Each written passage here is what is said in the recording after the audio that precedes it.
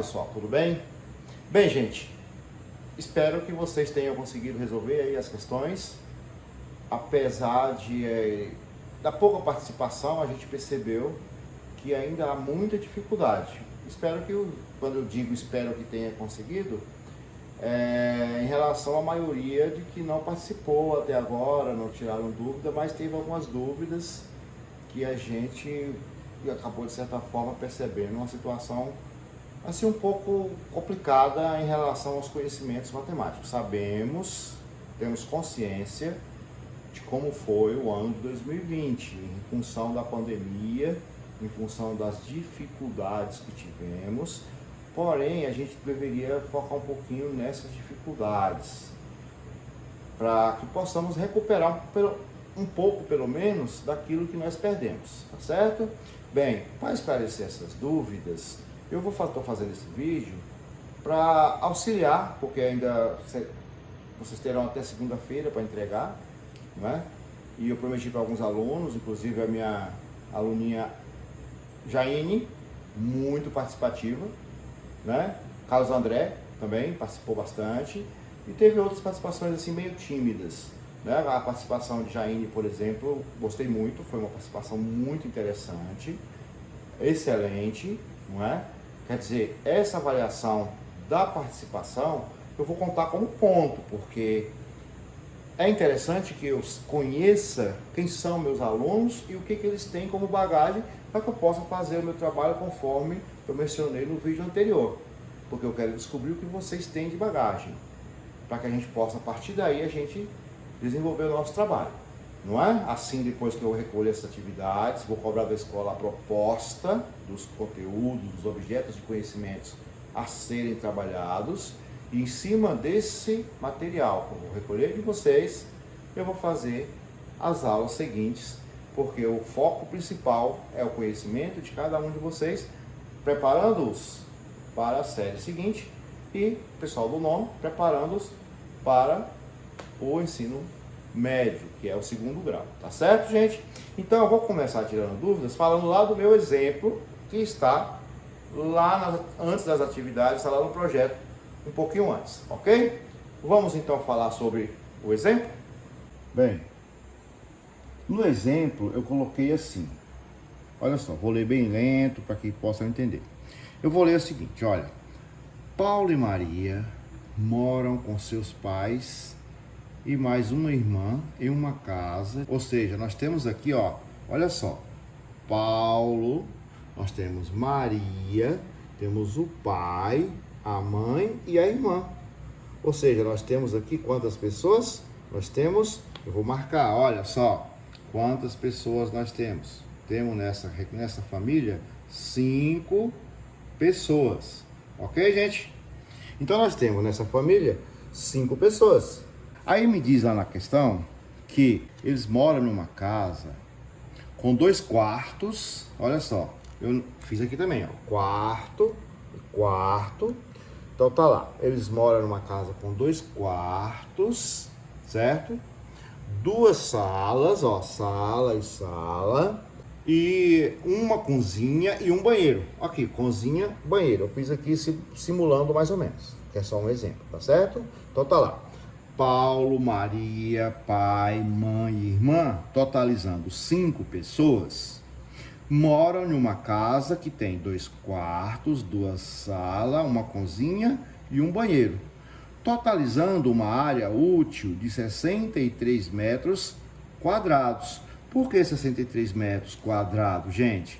Gente, quadrado pelo seguinte, olha só, essa casa de Paulo e Maria, com os pais e a irmã, ela mede 9 metros de comprimento, 7 metros de largura. Então, se eu pego, ó, 9 vezes 7, eu tenho 63 metros quadrados. Por quê? Porque, olha, eu tenho metro e metro, eu tenho metro 2 vezes, por isso que fala quadrados.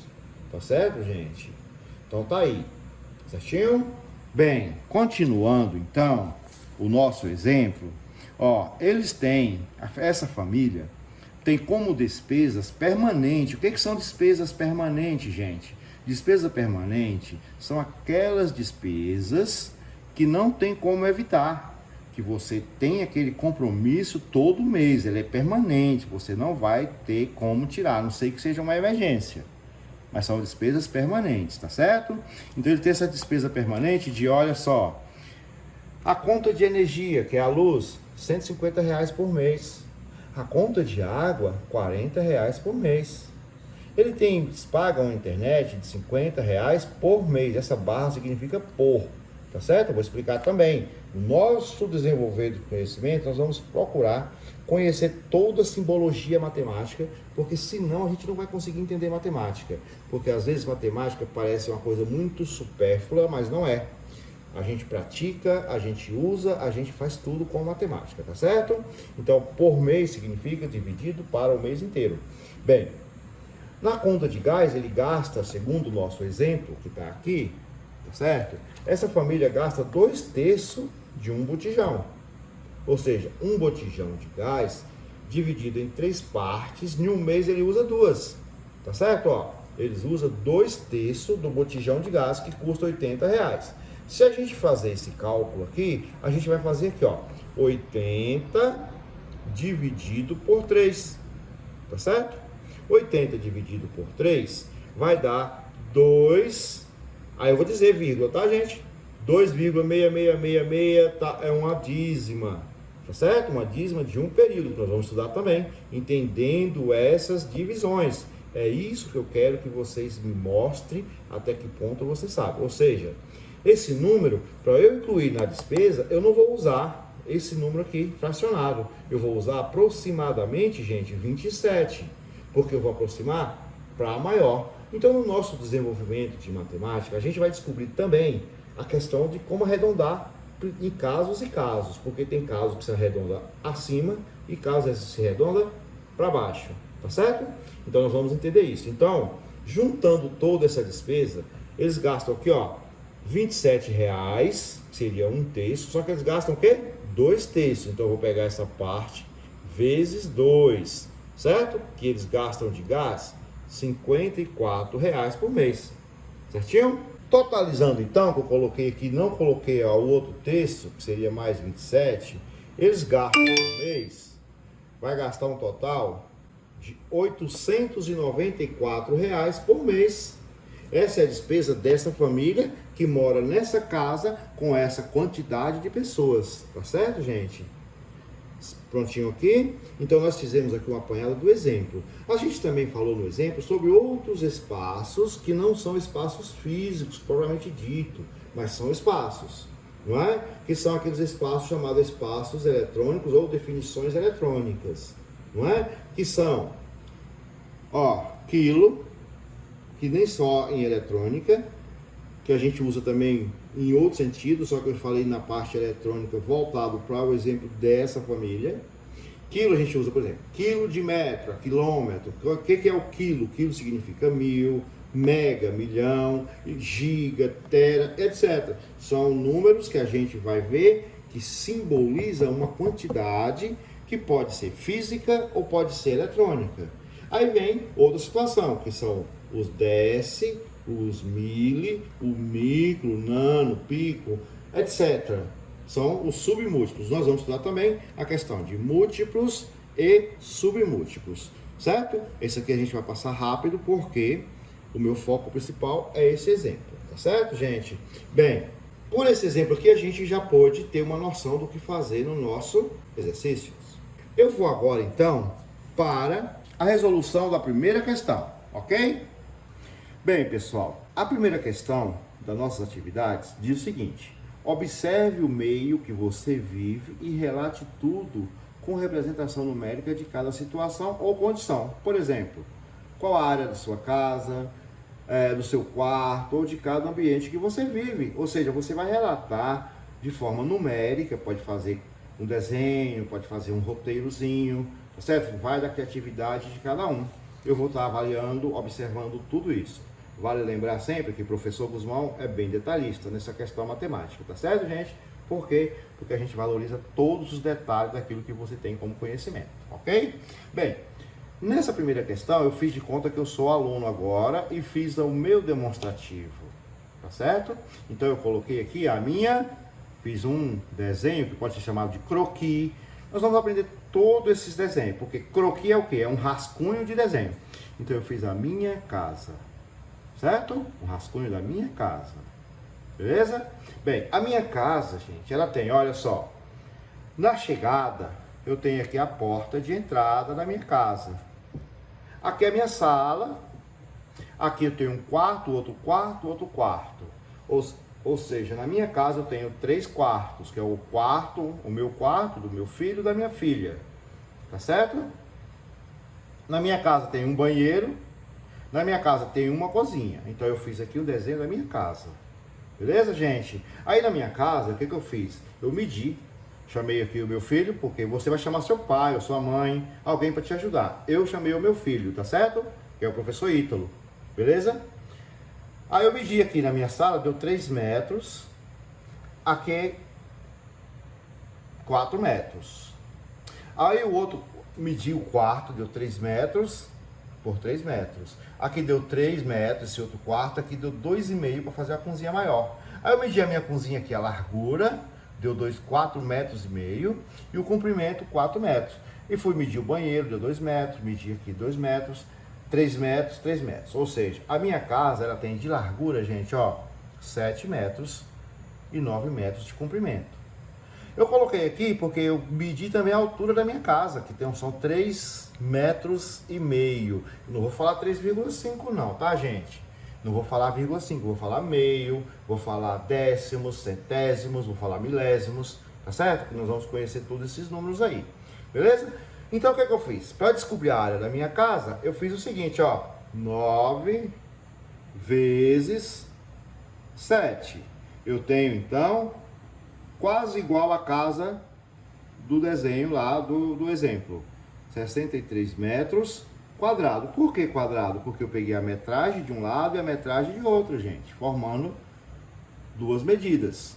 O meu espaço, por exemplo, eu uso esse quarto, suponhamos que eu use esse quarto. Eu tenho esse quarto de 2,5 metros por 3 metros. Então eu vou dizer que o meu espaço, ou seja, o espaço per capita por pessoa, eu tenho 2,5 vezes 3. Então eu vou ter 2,5 vezes 3, que vai dar 7,5 metros.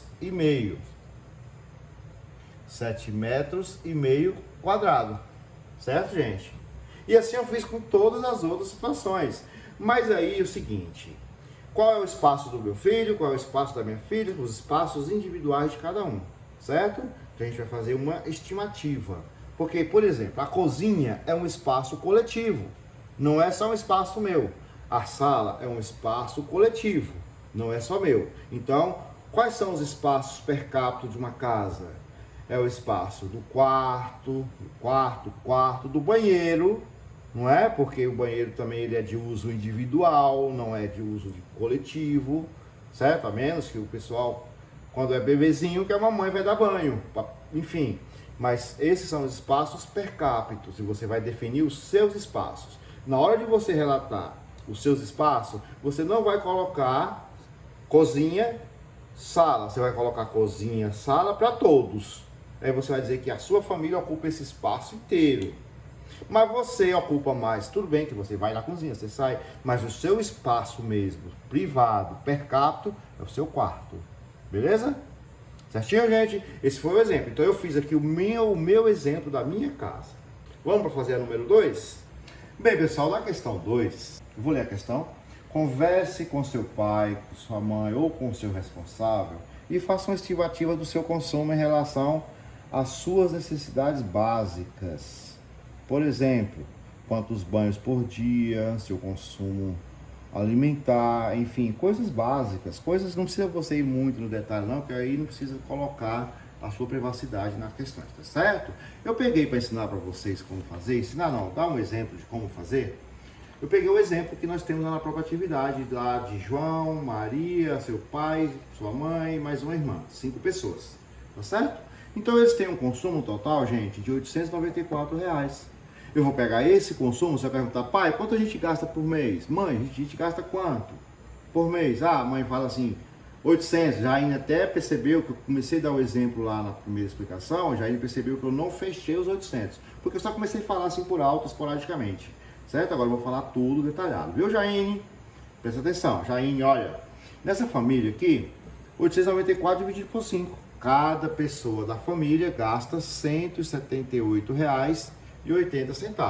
Se eu pegasse, por exemplo, para deixar claro, porque eu adorei a participação de Jaine, na casa dela também, que eu conheço, os pais, tudo, são meus amigos, enfim, são 5 pessoas. Então, eu imagino que fosse na casa de João, Maria, pai, mãe e mais uma irmã. Só que na casa de Jaine, a irmã é Miriam. Isso mesmo. Então, cada um lá na casa de Jaine, que é a casa de Jailton, cada um gasta R$ 178,80 por mês. Aí, distribuindo esses valores, olha, R$ 150 de conta de luz, dividido para 5 pessoas. Cada pessoa consome R$ 30 de luz por mês. Na internet, R$ 50 dividido por 5, cada pessoa gasta R$ 10 por mês. No gás, que gasta R$ 54 lá, que seriam 2/3, lá pegando do exemplo, no gás, R$ 54 dividido por 5, R$ 10,80. E na alimentação, que são R$ 600, dividido por 5, cada pessoa gasta R$ 120.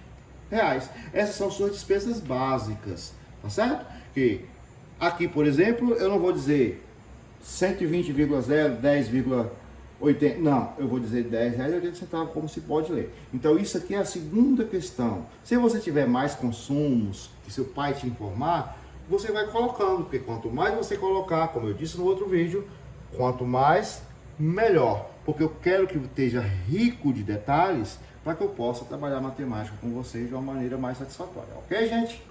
Bem, pessoal, a questão número 3, a gente fala o seguinte, falando em espaços, em nossa realidade existem muitas situações de números muito pequenos ou muito grandes. Por exemplo, o tamanho de uma porta. A porta é um espaço, cada casa tem uma porta.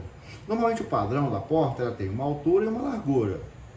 A altura, por exemplo, 2 metros, ó. O que esteja separado por vírgula, eu vou falar a unidade, certo? E vou falar em 10 centímetros, que esses 10 centímetros são centésimos do metro. Peguei um metro, dividi em 100 partes e usei 10 para complementar o tamanho da minha porta. Então eu vou ter que saber conviver com essas representações matemáticas. A largura, por exemplo, 80 centímetros. Ou tem gente que fala 0,8, não, 8 décimos, uma casa depois da vírgula é décimo, 8 décimos do metro, tá certo, gente? Olha só a distância, por exemplo, que é um número grande, nós vamos ver muitos números enormes aí, pessoal de 8º, de 9º ano, nós vamos ver bastante coisas representadas por números enormes, tá certo? Por exemplo, no seu celular, o que é giga, o que é tera? São números enormes que a gente usa essa palavrinha para definir essa quantidade, tá certo? No decorrer nós vamos estudar isso aí. Olha só, a distância. Tem gente que vai falar 15,4. Não, gente, são 15 quilômetros e 400 metros. Por quê? A unidade que vem depois da vírgula, a gente fala numa representação aproximadamente menor, a primeira que está na indicação da unidade lá das letras. Nos medicamentos, por exemplo, gente, todo mundo sabe, e agora ultimamente, com a questão de doenças e etc., os medicamentos têm a representação lá em miligrama, que é mili, quer dizer milésimos, milésima parte do grama. Por exemplo, comprei um medicamento 750 mg. Eu vou falar mg? Errado, pessoal. Nós vamos falar miligrama, ou seja, 750 milésimos do grama. Tá certo? Ou, se você preferir que como esse zero depois da vírgula não tem valor representativo, você vai dizer que isso não é 0,75. Seria 75 centésimos, 2 casas após a vírgula, eu digo centésimos, ó. Vírgula aqui, centésimos. O 1 para a vírgula, cada casa depois coloca um zero. Por exemplo, um medicamento que tem 10 miligramas, eu não vou falar 10 mg não. Chego na farmácia, ô, minha amiga da farmácia ou meu amigo da farmácia, me vende aí tal medicamento, mas eu quero de 10 mg. Não, o cara vai rir de você depois. Nós vamos entender isso para a gente possa falar. Olha só, 10 miligramas, eu vou dizer que é 10 milésimos do grama. 10 mili. Se eu tirar o zero, eu vou ter 1/100º do grama, tá certo, gente? Então, é nesse contexto que você vai resolver a questão 3, informando as unidades que você conhece e, se possível, representar cada numeração correspondente àquela indicação que você está se referindo, ok? Um grande abraço a todos, fiquem com Deus e boas atividades.